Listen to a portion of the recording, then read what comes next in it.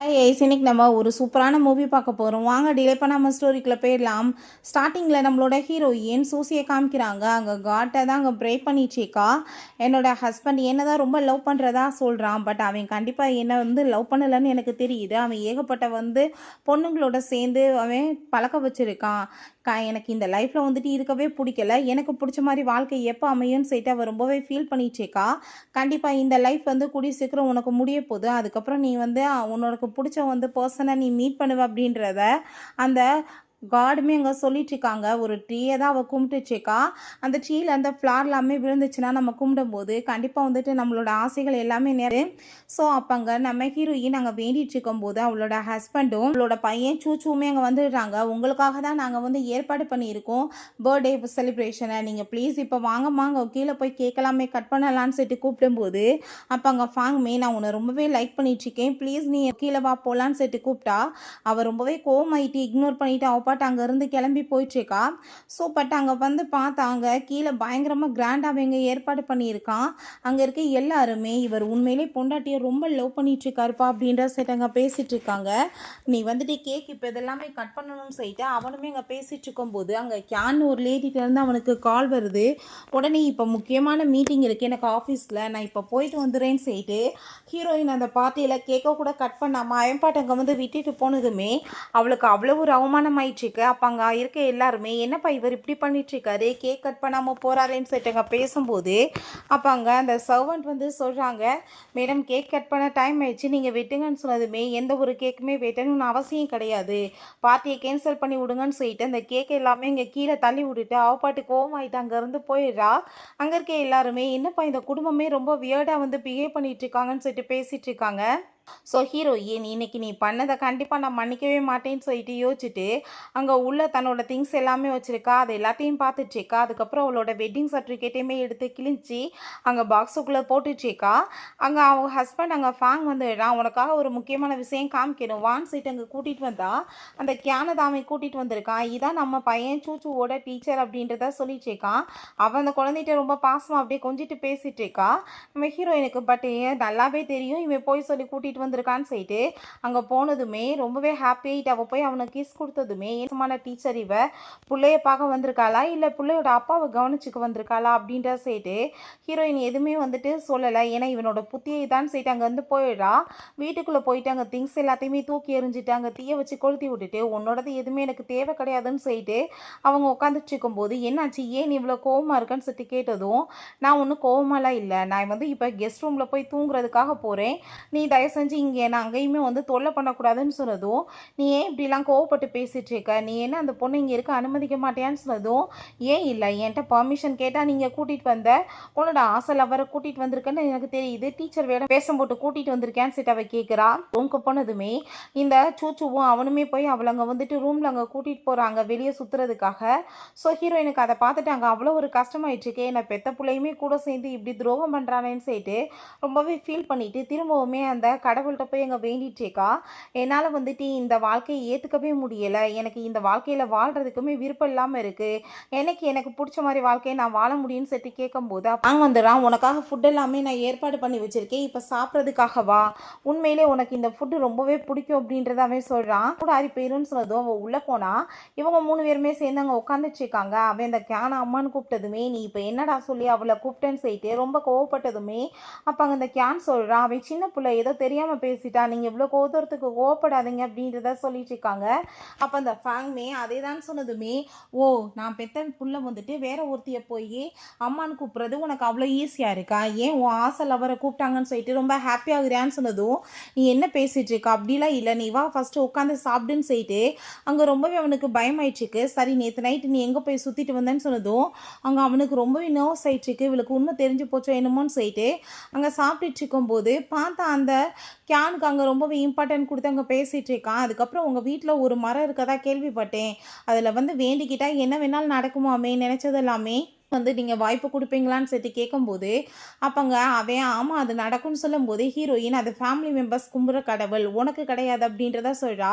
ஊரில் இருக்கவங்களாம் இங்கே வந்துட்டு கும்பிட்டு இருக்கக்கூடாதுன்னு சொல்லிட்டு இருக்கா. அப்போ அவன் மனசில் இவ என்னோட சேவியர், இவளோட ஆசை எல்லாத்தையுமே நிறைவேற்ற வேண்டியது என்னோட கடமைன்னு சொல்லிட்டு நீ வந்துட்டு என்ன பேசிகிட்டு இருக்க, இதனால் என்ன பிரச்சனை இருக்குது, நான் இந்த குடும்பத்தோட ஹெட், ஸோ வந்துட்டு கும்புறதுல ஒன்றும் பிரச்சனை இல்லைன்னு சொன்னதும் அவள் ரொம்ப கோவமாயிட்டு அங்கேருந்து போனதுமே இவ உடனே வந்துட்டு ட்ராமா பண்ணிகிட்டு இருக்கா. சிஸ்டர் தயவு செஞ்சு நீங்கள் கோவலாம் படாதீங்கன்னு சொல்லிட்டு நீ இந்த நடிப்பெல்லாம் அவனோட வச்சுக்கோ, ஏன்ட்ட வந்துட்டு பேசாதன்னு சொல்லிட்டு போனால் அங்கே ஸ்லிப் ஆகி 2 பேருக்குமே இங்கே கீழே விழுந்துடுறாங்க, அடிபட்டு போயிருக்கு.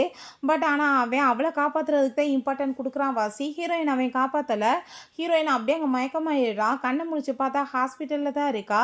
அவளோட காயங்கள் எல்லாமே டக்கு டக்குன்னு அங்கே ஆறிட்டுருக்கா. அதை பார்த்துட்டு அவளுக்கே ஷாக் ஆகிட்டு இருக்கும்போது அப்போ என்னை தயவு செஞ்சு நீ மன்னிச்சிரு, அவள் நம்ம வீட்டுக்கு வந்த விருந்தாளி, அவளை நம்ம காப்பாற்ற வேண்டியது கடமை தானேன்னு சொன்னதும் ஆனால் உன் பொண்டாட்டி அப்படியே சாகப்பட்டுட்டு போகணுன்னு அவசியம் கிடையாது, நீ எப்படிப்பட்டவன், நீ இப்போவே அவளோட நம்பரை வந்து உன் ஃபோன்லேருந்து டிலீட் பண்ணுன்னு சொன்னதும் நான் இப்போவே பண்ணுறேன்னு சொல்கிறான். பட் அந்த கேன் கால் பண்ணதுமே ஃபோன் பண்ணி பேசிட்டு நான் இப்போ முக்கியமான வேலையாக போயிட்டு வரேன்னு சொல்லிட்டு அங்கே போனால் ஹீரோயின் பின்னாடியே வந்து பார்க்குறா. அவள் கையில் இருக்க எல்லாமே அவங்க வந்துட்டு மறைய ஆரம்பிச்சிருது.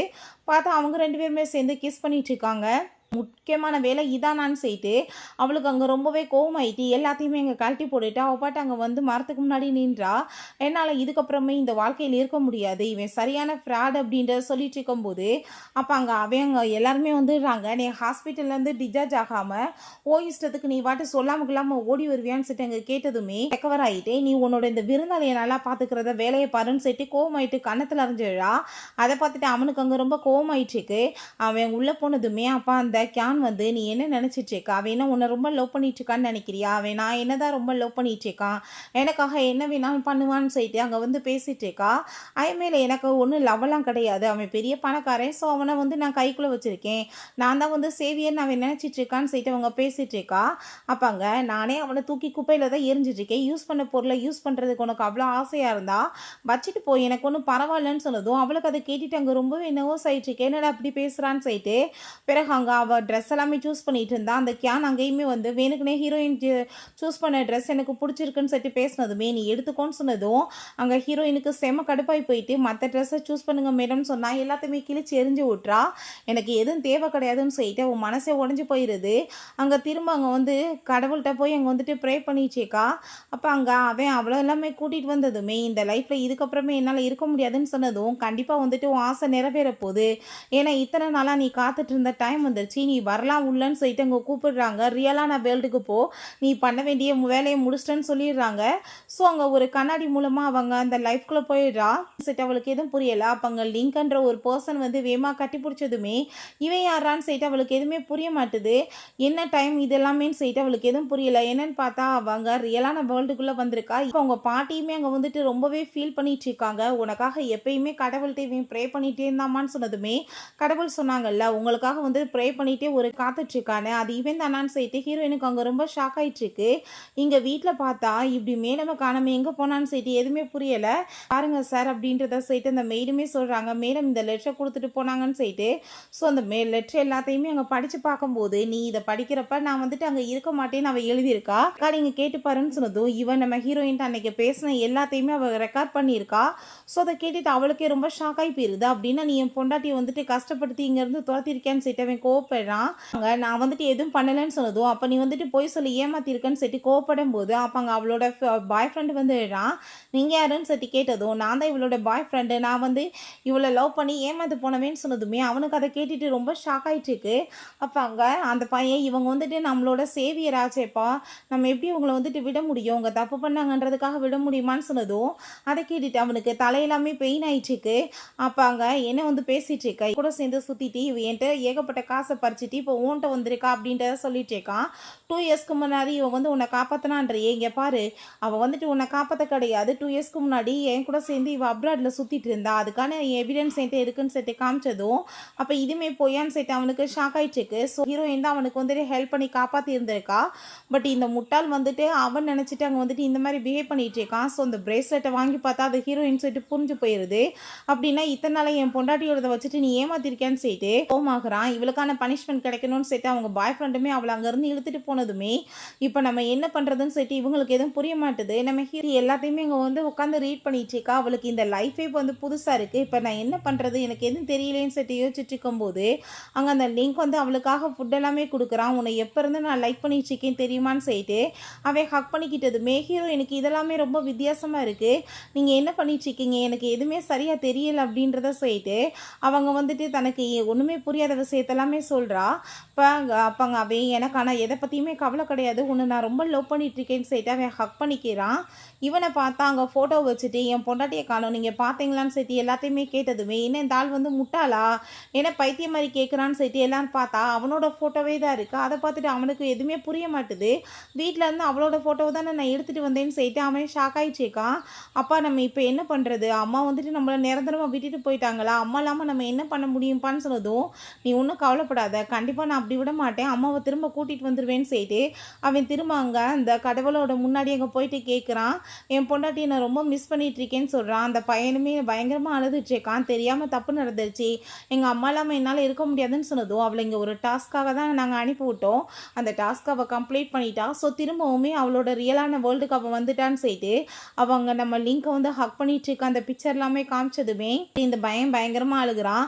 ஐயோ ஏதோ ஒரு அங்கிள் வந்துட்டு நம்ம அம்மாவை பறிச்சிருவாங்கன்னு சொல்லும்போது நாங்களுமே அந்த வேர்ல்டுக்குள்ளே போகணுன்னு ஆசைப்படுறோன்னு சொன்னதும் பட் உன் லைஃப்பில் இப்போ இருக்கிற எல்லா வசதியுமே நான் வந்து பறிச்சிருவேன், வெறும் ஆளாக தான் நீ போக முடியும், அங்கே போயிட்டு நீயா கஷ்டப்பட்டு தான் உழைச்சி சம்பாதிக்கணும்னு சொல்லிடுது. அப்போ அதே மாதிரி அவனுமே இந்த வேர்ல்டுக்கு வந்துடுறான். பட் வந்துட்டு அங்கே கையில் காசு எதுவுமே இல்லை, அங்கே ஃபுட்டு கூட எதுவுமே இல்லாமல் இருந்துகிட்ருக்கு. ஸோ கடவுள் வந்து சொன்னதான் ஞாபகம் வருது, பசிக்குது பையனுக்குன்னு சொன்னதும் ஒன்றும் கவலைப்படாத, கண்டிப்பாக நான் வந்து உனக்கு ஏதாச்சும் சாப்பாடு எல்லாமே ரெடி பண்ணுறேன் அப்படின்றத அவன் சொல்கிறான். பிறகு ஹீரோயினை ஹாஸ்பிட்டலில் தான் காமிக்கிறாங்க. அப்போ அங்கே நான் எப்படிப்பா ஹாஸ்பிட்டலுக்கு வந்தேன் என்னாச்சு எனக்குன்னு சொன்னதும் அப்போ அங்கே நர்ஸ் வந்துட்டு நீ இப்போ கன்சீவாக இருக்கு அப்படின்றத சொன்னதும் எனது கன்சீவாக இருக்கியா அப்படின்ற செட்டு கேட்கும்போது எனக்கே தெரியலையே அப்படின்றத சொன்னதும் எனக்கு எதை பற்றியுமே கவலை கிடையாது, நான் உன்னை அப்ராடு கூட்டிகிட்டு போயிடுறேன், உனக்கு அங்கே கூட்டிகிட்டு போய் உட முடியாததுக்கெலாம் நான் ட்ரீட்மெண்ட் பண்ணுறேன், எனக்கு ஒரே ஒரு சான்ஸ் கொடுன்னு சொல்லிட்டு அவன் கேட்குறான். பிறகு அங்கே வீட்டுக்குமே பாட்டியை போயிட்டு அவள் ஹக் பண்ணிட்டு அழுதுட்ருக்கா. இந்த வயசான காலத்தில் உங்களை விட்டுட்டு போகணுன்னு எனக்கு ஆசை இல்லை பாட்டி, பட் இருந்தாலுமே நான் வந்து ட்ரீட்மெண்ட் எடுக்கணும் இல்லை, கண்டிப்பாக போயிட்டு நான் வந்துடுறேன் பாட்டின்னு சொல்லிட்டு அவள் ரொம்ப எங்கே வந்துட்டு எமோஷன் ஆகிடுச்சேக்கா. ஸோ அவங்களுமே ஓகேன்னு சொல்கிறாங்க. இவங்க எப்படியோ வந்து ஒரு வழியாக அட்ரஸை கண்டுபிடிச்சி அங்கே வந்துடுறாங்க. வீட்டுக்கு போய் நம்ம ஹீரோயினை மீட் பண்ணுறதுக்கு அங்கே பேசிகிட்டு இருக்காங்க. நீங்கள் சொல்கிற மாதிரிலாம் ஆளுங்க யாரும் இல்லை, மரியாதையாக போகிறீங்களா இல்லையான்னு சொல்லிட்டு அங்கே விரட்டிட்டு இருக்கும்போது இங்கே நம்ம லிங்க் வந்து ஹீரோயினை கூப்பிட்டுட்டு அங்கேருந்து கிளம்பிட்டுருக்கான். எதை பற்றி நீங்கள் கவலைப்படாத, உனக்காக நான் இருக்கேன்னு சொல்லிட்டுருக்கான். ஸோ அப்போ அங்கே நம்ம ஹீரோயின் அவங்க ரெண்டு பேர்த்தையுமே பார்த்துட்டு இவங்க எப்படா வந்தாங்கன்னு சொல்லிட்டு அவளுக்கு எதுவும் புரியலை. அப்போ அந்த பையனை அவனுமே கத்திட்டு இருக்காங்க. அங்கே உடனே போயிடுறாங்க. பின்னாடியே போய் எப்படியாச்சும் கண்டுபிடிக்கணும்னு பார்த்தா உள்ள டிக்கெட் எடுத்து போகிற லெவலுக்கு நம்மள்கிட்ட காசு இல்லைன்னு சொல்லிட்டு அவன் ரொம்பவே ஃபீல் பண்ணிகிட்டு இருக்கான். அதுக்கப்புறம் அவங்க நம்ம ஹீரோயினுக்கு பார்த்தா அவங்க பயங்கரமாக ஏற்பாடெலாம் பண்ணி வச்சுருக்கான் ப்ரப்போஸ் பண்ணுறதுக்காக.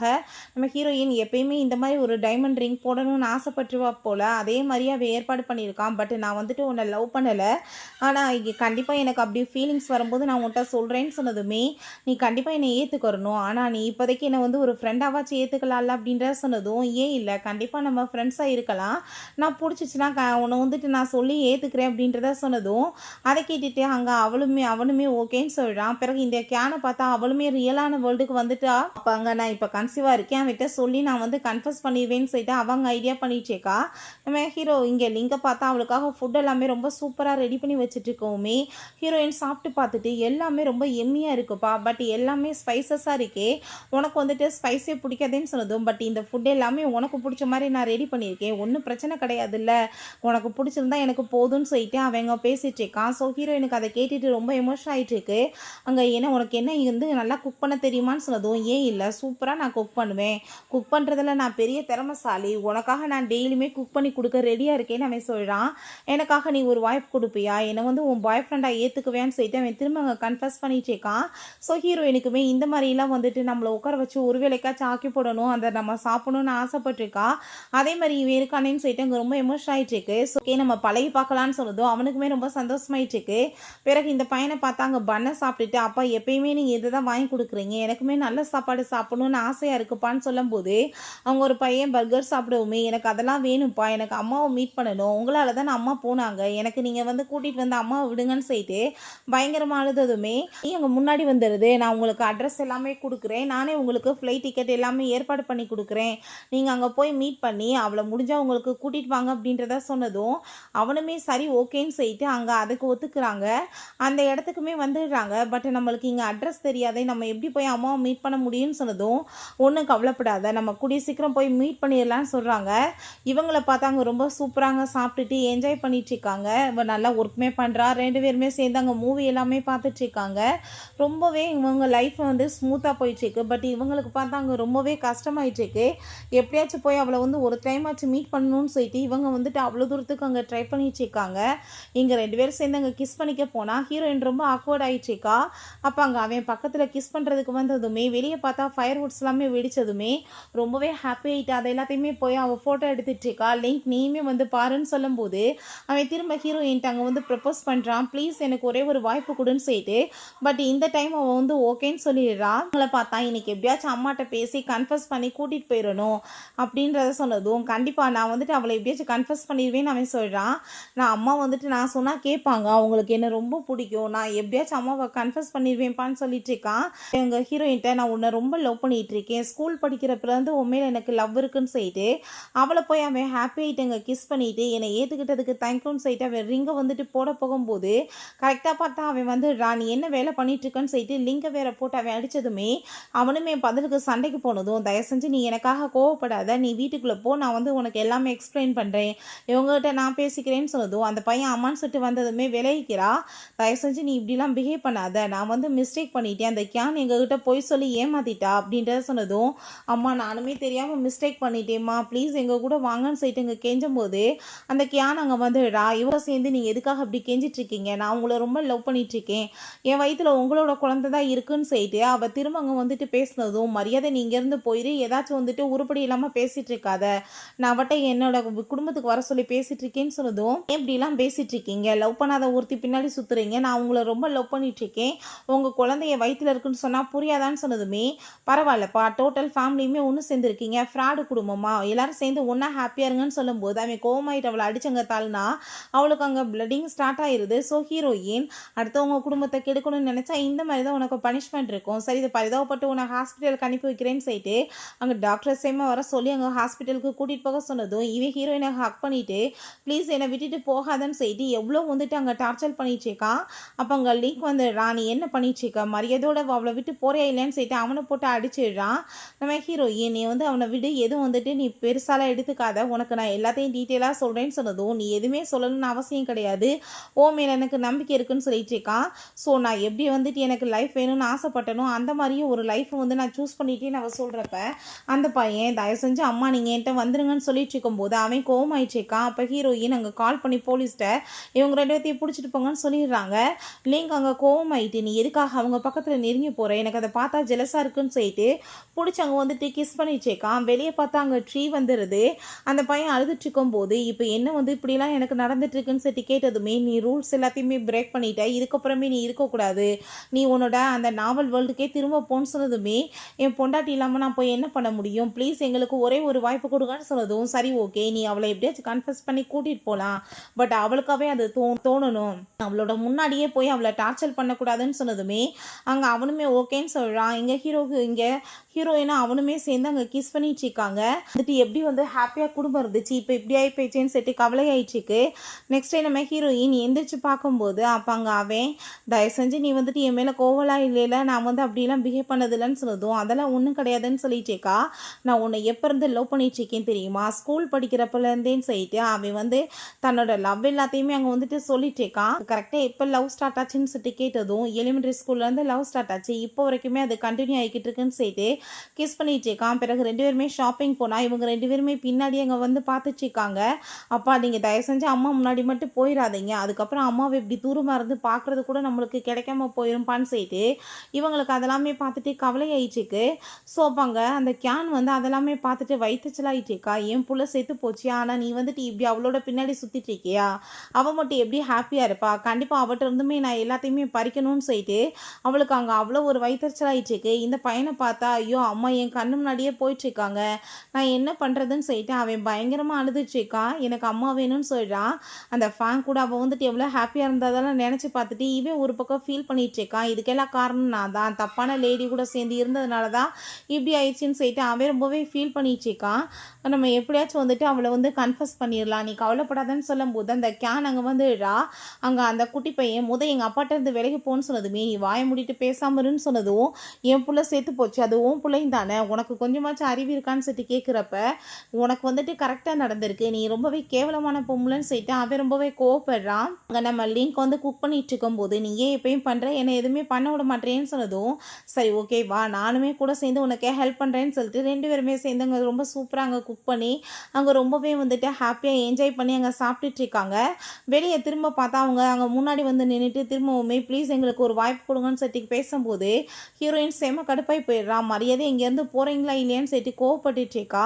அப்போ ஃபாங் நான் வந்து உனக்காக தான் வந்திருக்கேன், தயவு செஞ்சு எங்களை வந்து பண்ண தப்பை மன்னிச்சு எங்கள் கூட சேர்ந்து திரும்பவுமே வந்துருன்னு சொன்னதுமே உனக்கு வந்துட்டு அடுத்தவங்க மேலே நம்பிக்கை வைக்க தானப்பா தெரியும்னு சொல்லிட்டு கேட்கும்போது அவள் உள்ளே அனுப்பி விட்றா.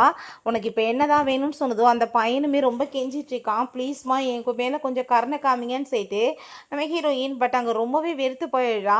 அந்த ரிங்கை கொடுத்தா அவன் இந்த ரிங்கை நீ அங்கவே கழட்டி போட்டுட்டு வந்துட்ட, இது உன்னோட ரிங் தான், உனக்காக நான் கொண்டு வந்திருக்கேன் பாருன்னு சொன்னதும் இது எனக்கு தேவையில்லைன்னு தானே நான் கலட்டி எரிஞ்சேன், உன்ன மாதிரி ஒரு ஆம்பளை எனக்கு தேவை கிடையாதுன்னு சொல்லிட்டு தூக்கி எறிஞ்சிட்டு போனதுமே அந்த ரிங் அவன் எடுக்க போனா வேமா அங்கே காலை வந்து வச்சுக்கிறா.